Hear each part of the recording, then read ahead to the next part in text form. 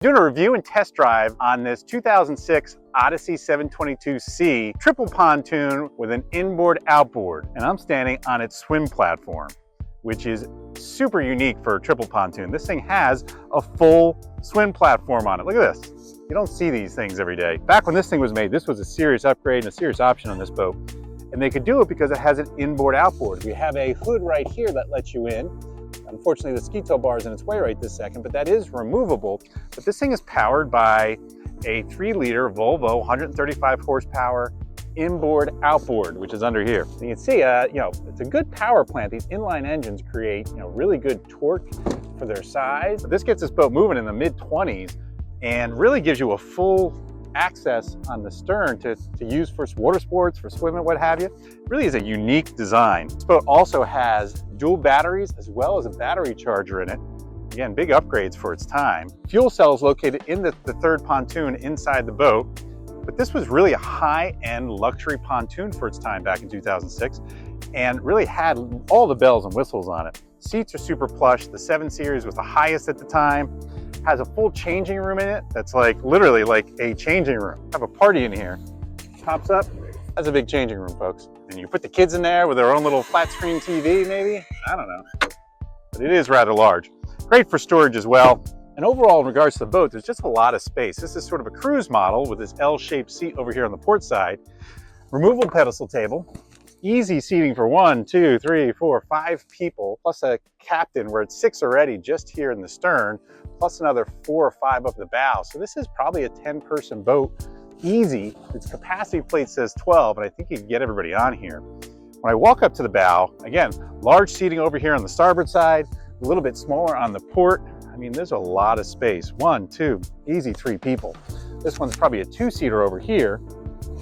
Storage underneath everything, as you might imagine. It is carpeted, nice on your feet. Carpeting is not such a great thing anymore, but carpet's in great shape. When I get up to the bow, you can get both port and starboard at the bow because it has about 8-10 inches up here to walk back and forth. Now, in regards to condition, this is a 2006. You can see that this thing had a mold issue at some point, or somebody tried to clean it really well. Seats are a bit discolored. You could get them repainted perhaps, or maybe, you'd want to get these redone. Again, for the price of this boat, it's pretty darn reasonable, and it's got great foundation about it with a triple log, 3 pontoons and an IO. Really is a good overall boat. Full bimini top. The bimini top's in great shape. And when you get all the way back to the helm, it's a full featured helm. Again, this was the highest level they sold at the particular time. All my gauges, oil temp, depth finder, voltmeter, speedo, tack, fuel, trim, and it's got an upgraded CD player, which is really nice. But it's a really well laid out helm, and I feel really at control. I'm sitting nice and high above my passengers. It's gonna be a fun boat. We're gonna take this thing for a spin and see how it rides. All right, cool. Now we're gonna take this thing for a test drive. And again, this is 135 horsepower. Jumps right up the plane. We're planed off and we're running 13, 14 miles an hour on plane. And we're just gonna see how it handles once I'm up here. Again, power steering, which is just great.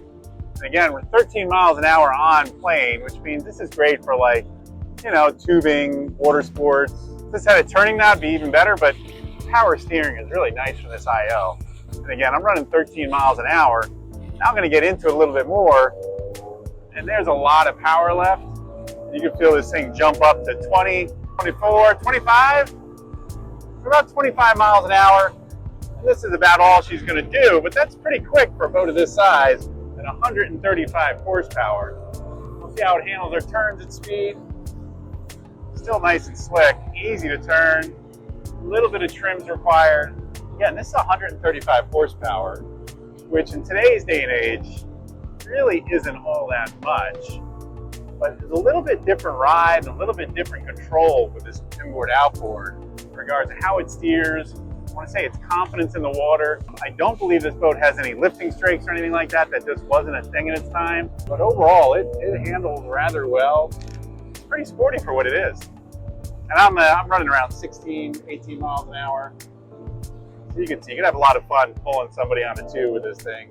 And in regards to taking waves, it's a champ. I don't think you see a lot of inboard, outboard pontoons anymore, just in general. but considering it's really easy to work on, there's a lot of space in the engine compartment. If you're looking to get into a triple pontoon with this much horsepower and speed, this is really a good value. Bear in mind, it's going to need some work and need some love, but like for what this thing's going to go for, it's a lot of value.